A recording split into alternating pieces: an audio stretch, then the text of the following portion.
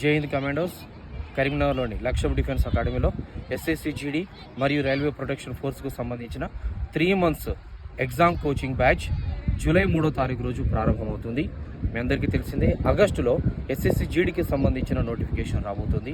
దీన్ని దృష్టిలో పెట్టుకొని 3 months and 6 months job guarantee target batches July 3వ తారీఖు నుంచి ప్రారంభమవుతుంది. శిక్షణ తరగతులతో పాటు hostel, food, accommodation, ground coaching కూడా ప్రొవైడ్ చేయడం జరుగుతుంది. Daily test and grand test కూడా నిర్వహించడం జరుగుతుంది.